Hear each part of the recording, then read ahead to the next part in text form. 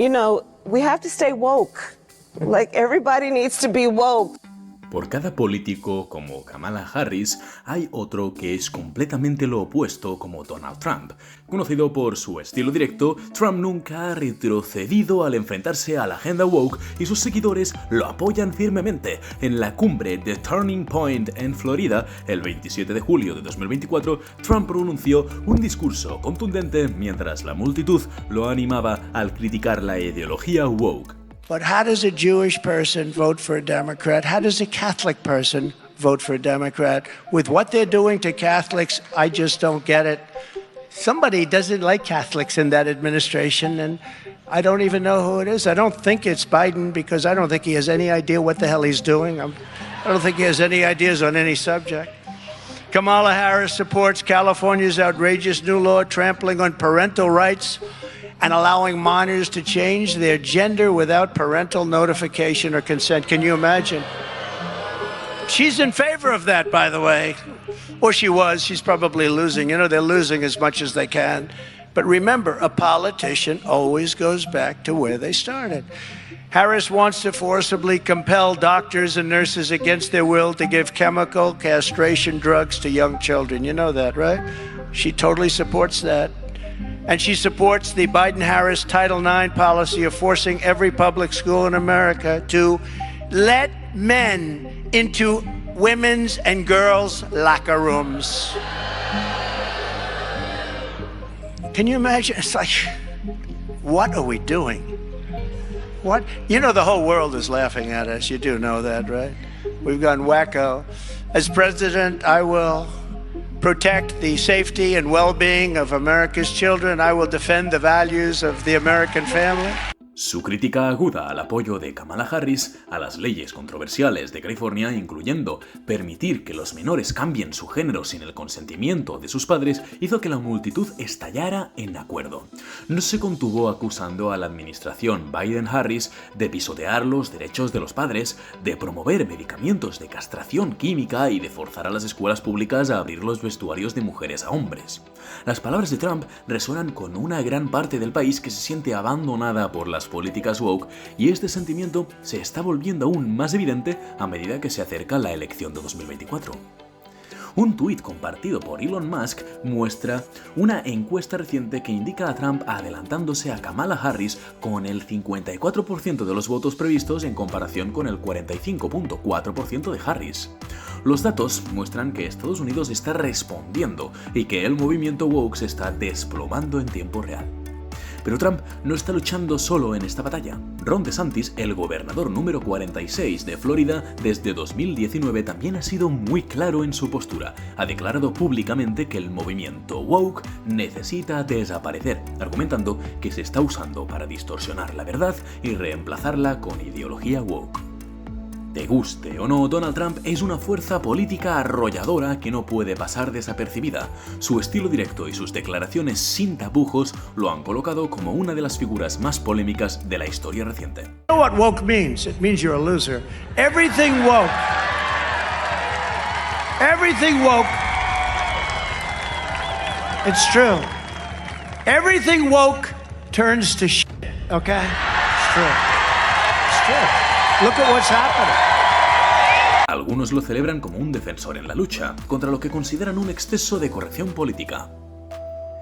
En los próximos 9 minutos serás testigo de los enfrentamientos más osados de Trump contra la cultura woke. Comenzando por el incidente en el que una feminista woke intentó desacreditar a Trump durante una conferencia. Llegó al punto de insinuar que era misógino, pero, como verás, el plan no salió como esperaba. Observa con detenimiento. I don't think that you're a friend to women. I knew I shouldn't have picked her. I knew I shouldn't have picked her. All right, so let me give you that answer right now. I respect women incredibly. I have had women working for me in positions that they've never worked in terms of construction, in terms of so many different jobs. I had a woman who was in charge of the building of Trump Tower many years ago, before anybody would have even thought of it, and did a fantastic job. I have given women more opportunity than I would say virtually anybody in the construction industry.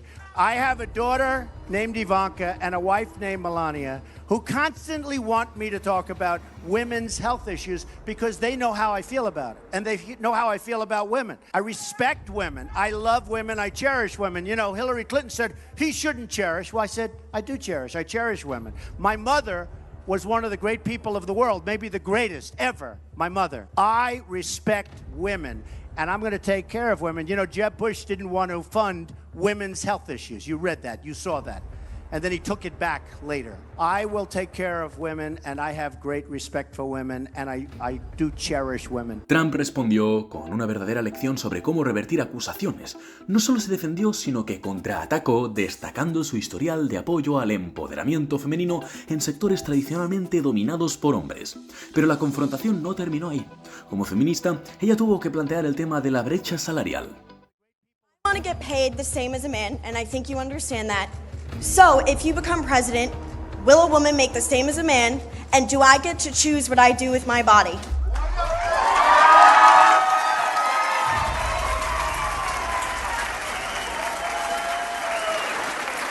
You're going to make the same if you do as good a job. You're going to make the same if you do as good a job, and I happen to be pro-life. Okay? En resumen, desestimó por completo la idea de una brecha salarial sistémica atribuyéndola al rendimiento individual, pero Trump aún tenía más por decir. En un vídeo publicado por él mismo, se adentra sin temor en un acalorado debate cultural. Con su característica franqueza, Trump expresa lo que muchos piensan pero pocos se atreven a afirmar. Solo existen dos géneros. That the only genders recognized by the United States government are male and female, and they are assigned at birth. Pero Trump apenas comenzaba. Su lucha contra la cultura woke estaba lejos de concluir. Ahora nos adentraremos en otra polémica encendida. Trump está por compartir su opinión sobre los atletas trans en los deportes femeninos y la reacción del público deja claro lo que realmente desean los estadounidenses.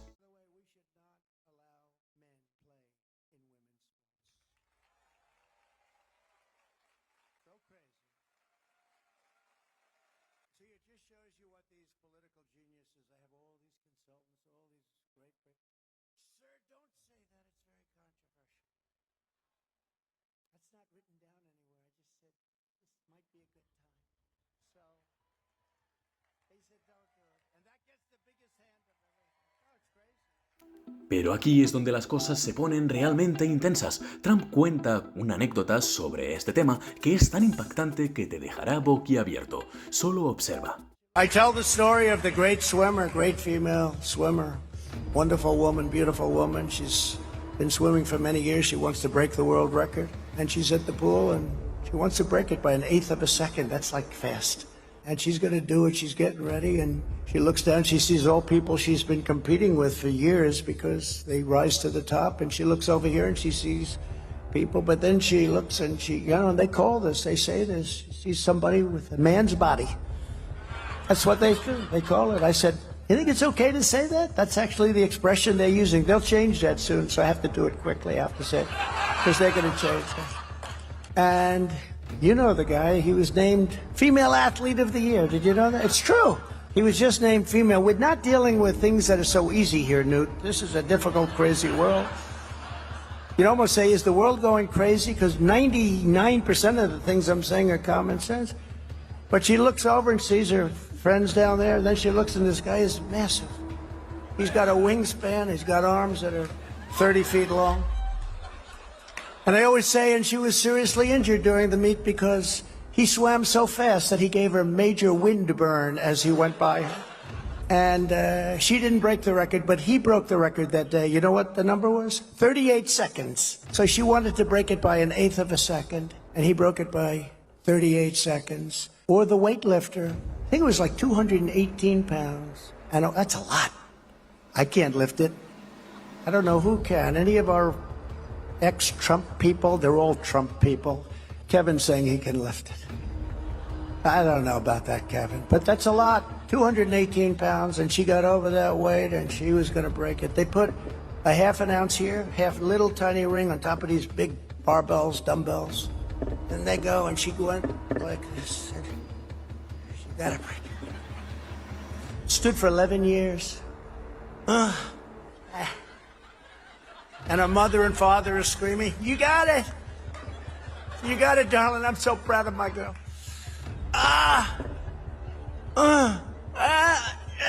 Well, she couldn't do it. And then this guy comes along. He's named Alice. And he looks at the weight.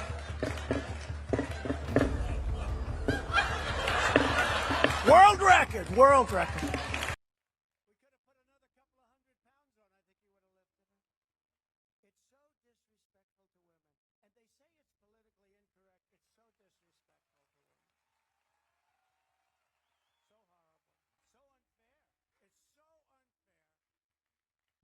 Pero Trump aún tenía más sorpresas para la audiencia. Como saben, un mitin de Trump no está completo sin su característico sentido del humor. Veamos cómo demuestra que no es solo un político, sino también un maestro en el arte de entretener a las multitudes. I'll tell you what, if I were ever, I'd be the greatest women's basketball coach in history. Because I don't like LeBron James. I like Michael Jordan much better. But I'd go up to LeBron James, it doesn't matter. I'd say, "LeBron, did you ever have any desire to be a woman? Because what I'd love you to do is star on my team that I'm building up. I will have the greatest team in history. They'll never lose. Nobody will come within 70 points of this team. Now we have to change that, and we have to make it okay to talk about it. You know, the young lady I was talking about is afraid to talk about it. She's shunned and she's canceled when she talks about it. This is crazy." Las palabras finales de Trump son contundentes. Tenemos miedo de hablar sobre la cultura woke porque podría llevarnos a ser cancelados. No solo los políticos sienten esta presión, la mayoría de nosotros nos contenemos por temor a las consecuencias. A medida que la cultura woke avanza, también lo hace el miedo a las represalias. Durante todo este vídeo, Trump se ha presentado como un defensor de los derechos de las mujeres. Y estos fueron los momentos en los que Trump provocó la indignación de millones. Suscríbete.